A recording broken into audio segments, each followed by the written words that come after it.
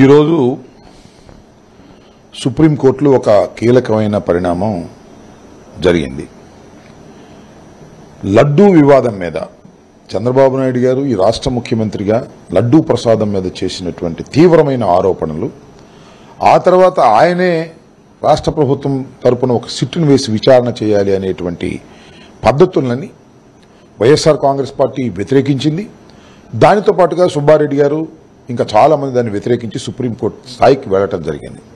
సుప్రీంకోర్టులో మొన్న జరిగినటువంటి పరిణామాలు, ఇవాళ జరిగినటువంటి పరిణామాలు మొత్తం మీద చూస్తే ఏదైతే ఈ రాష్ట్ర ప్రభుత్వం సిట్టు వేసిందో దాన్ని రద్దు చేస్తూ ఒక స్వతంత్ర ప్రతిపత్తి కలిగినటువంటి ఒక సిట్టుని వేయాలనేది సుప్రీంకోర్టు నిర్ణయించడం చాలా సంతోషించదగినటువంటి పరిణామంగా నేను భావిస్తున్నాను.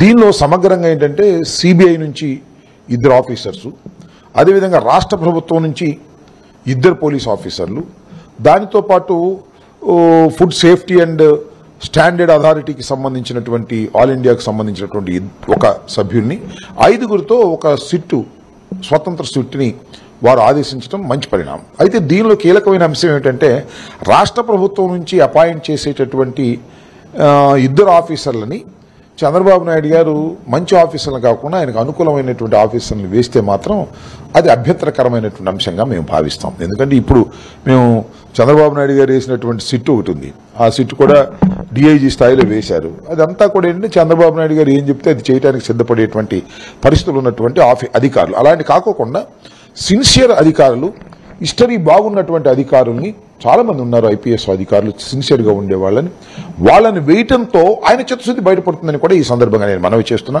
ఏది ఏమైనా సుప్రీంకోర్టులో జరిగినటువంటి ఈ పరిణామం చాలా మంచి పరిణామంగా నేను భావిస్తా ఉన్నా. చంద్రబాబు నాయుడు గారి చర్యలకి ఇది వ్యతిరేకంగా జరిగిందని, వారు వేసినటువంటి సిట్ని రద్దు చేస్తూ ఒక స్వతంత్ర ప్రతిపత్తి కలిగినటువంటి ఒక సిట్టుని వారు స్పెషల్ ఇన్వెస్టిగేషన్ టీమును వేయటం హర్షించదగినటువంటి పరిణామం. దీనిలో తప్పనిసరిగా న్యాయం గెలుస్తుందని నేను భావిస్తున్నాను. ఏదైతే చంద్రబాబు నాయుడు గారు చాలా అగ్లీగా ఆయన ఆరోపణ చేశారు, ఈ చివరికి ప్రసాదంలో అయిపోయినటువంటి ప్రసాదంలో భక్తులందరూ తినేసినటువంటి ప్రసాదంలో దానిలో జంతువుల కొవ్వు కలిసిందనేటువంటి ఒక అసత్య ఆరోపణని రుద్దే ప్రయత్నం చేశారు. దాన్ని నిజమని నమ్మించడానికి ప్రత్యేకమైన వారికి ఆధీనంలో ఉన్న సిట్టును వేశారు. దీన్ని పూర్తిగా వ్యతిరేకించడం జరిగింది. సుప్రీంకోర్టు కూడా ఖచ్చితంగా దీని మీద ఒక అవగాహనకు వచ్చిన తర్వాత, విచారణ జరిపిన తర్వాత, 2 రోజులు విచారణ జరిపిన తర్వాత ఒక నిర్ణయానికి రావడం, ఒక స్వతంత్ర ప్రతిపత్తి కలిగినటువంటి సిట్టును వేయటం, అది కూడా సెంటర్ నుంచి సిబిఐ, రాష్ట్రం నుంచి 2 అధికారులు, దాంతోపాటుగా ఎఫ్ఐసిసి నుంచి ఏఐ నుంచి ఒక అధికారిని వేసి ఒక సమగ్రమైన విచారణ జరపడం చాలా సంతోషంగా భావిస్తున్నాం. దీనిలో చంద్రబాబు నాయుడు గారు సిన్సియర్గా ప్రవర్తించే ప్రయత్నం చేయాలని కూడా మేము కోరుకుంటున్నాం. రాష్ట్ర ప్రభుత్వం నుంచి వేసేటటువంటి ఉన్నత అధికారులు ఎవరైతే ఉన్నారో పోలీసు అధికారులు, వారు నిష్పక్షపాతంగా వ్యవహరించే అధికారులను వేస్తారా లేదా అనేది చూడవలసిన అవసరం ఉందని భావిస్తున్నాను.